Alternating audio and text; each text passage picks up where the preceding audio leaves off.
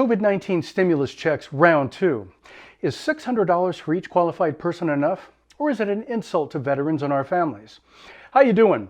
This Bo Riley, on station with the VABA, here with the latest and most important issues for you and your loved ones.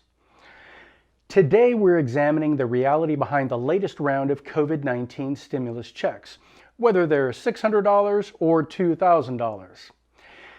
Since the first round of $1,200 economic relief checks were released starting in March 2020, veterans and families have quietly questioned this historic government program, mostly because many are still broke or destitute with no relief in sight.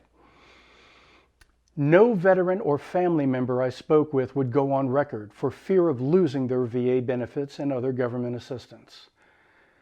That in itself is telling.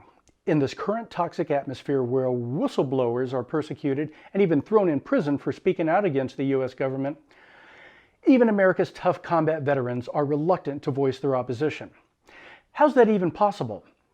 A nation of supreme tough guys, men and women, who fought for our liberty on battlefields afar and delivered crushing blows to many an enemy, are afraid to speak their mind to their own elected officials. I'll discuss this issue more in the article that accompanies this video. Right now, let's get back to those $600 checks.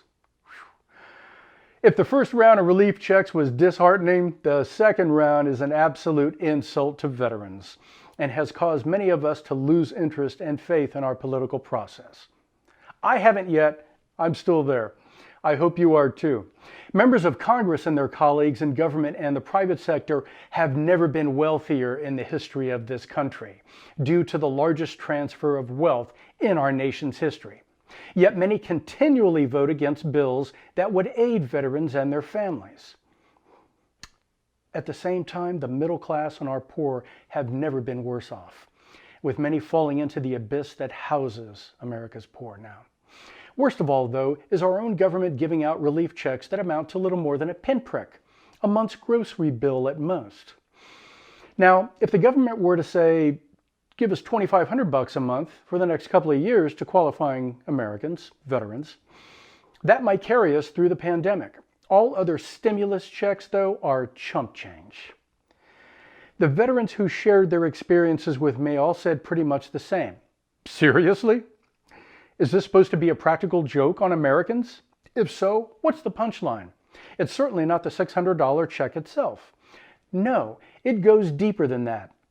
I suspect it's something like, if you idiots are willing to accept the meager bone we're tossing you today, then you will surely accept even less tomorrow. If that ain't a punchline, I don't know what is.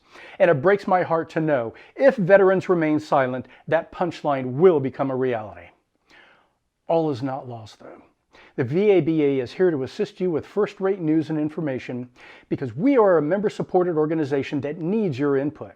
Your opinion counts, so please share it with us. Click on the link in this video to learn more about this round of stimulus checks and how it impacts you and your loved ones. We encourage you to weigh in with your thoughts, ideas, and opinions.